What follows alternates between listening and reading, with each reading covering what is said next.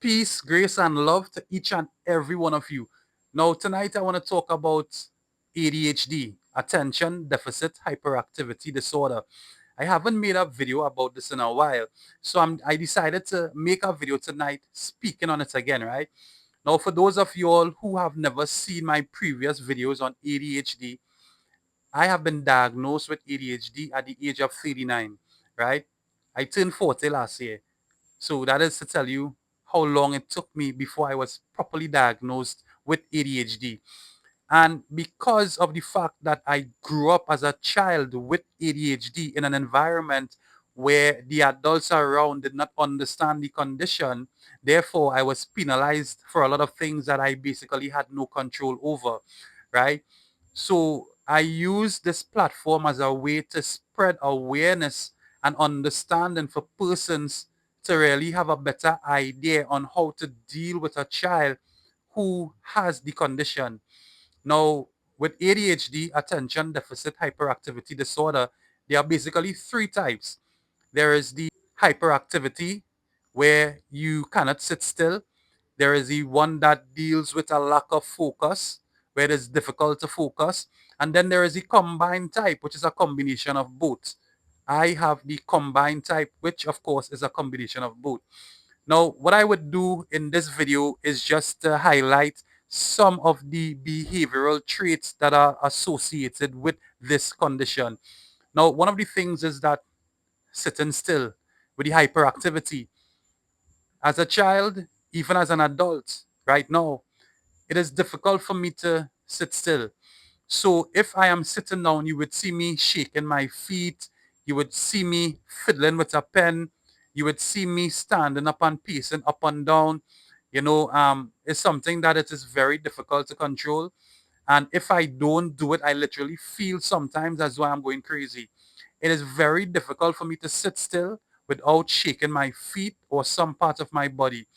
So sometimes as parents, you may have children and they're doing certain things and it irritates you because you see them moving and shaking and stop doing that, stop doing that. As a child, I grew up, I experienced that. And let me tell you, it was one of the most difficult things that I ever had to do. The amount of mental focus it took me to do that, I literally could not focus on anything else. And I felt as though I was going crazy, right? Another thing is this: when speaking to someone, it is very difficult for me to maintain eye contact, right? If I am speaking to you and I look at your eyes, I am not going to hear a lot of what you are saying because the amount of effort it is going to take me to focus on maintaining eye contact, I will not have enough brain power left back to listen or hear exactly what you are saying. So it is difficult for me.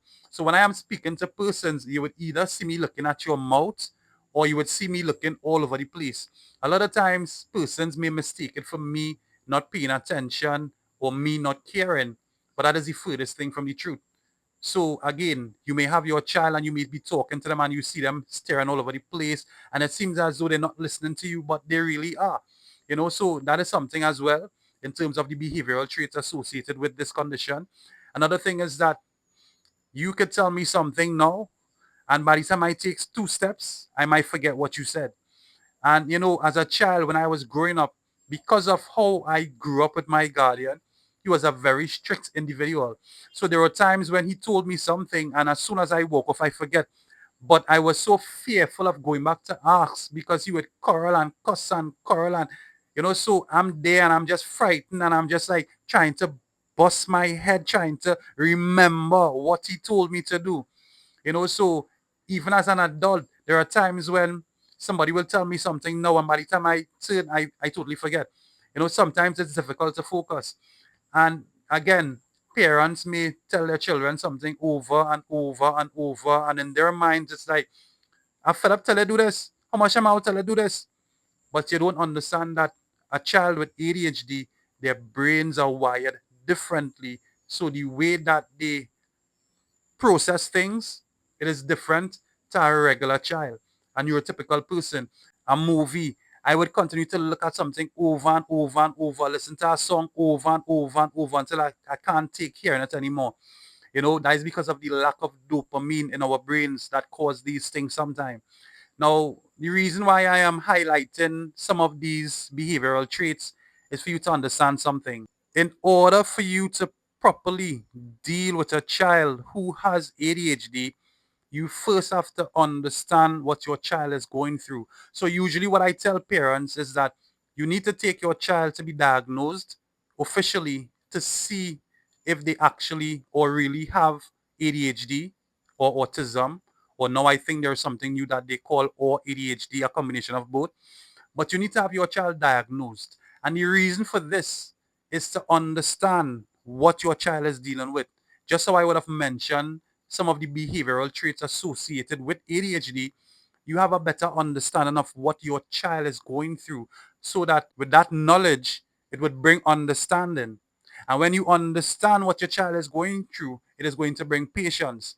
So knowledge brings understanding, and understanding brings patience. And the way to deal with a child with ADHD is having a lot of patience. For parents, any parent out there who has a child with ADHD will tell you, you need to have a lot of patience. And again, you cannot be patient with a child if you first do not understand what your child is going through. So for those persons who may think that their child has ADHD, take your child to be diagnosed, and once you understand what they have, you will be better able to deal with them.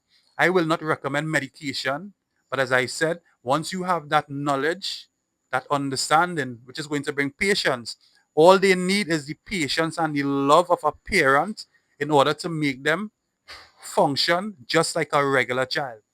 A lot of persons don't know that I have ADHD, and it did not affect me. I have all my passes, I have an introduction in psychology, I have so many other certificates. So it's not to say that I am a person that is not intelligent. I am an intelligent person. So being a person who is diagnosed with ADHD doesn't necessarily mean that you're not intelligent, right? Nothing is wrong with your child. The only problem is that their brains are wired differently. So the way that they process things would be totally different from a regular child. So I really hope that this helps someone. Keep smiling, and most importantly, keep praying, right?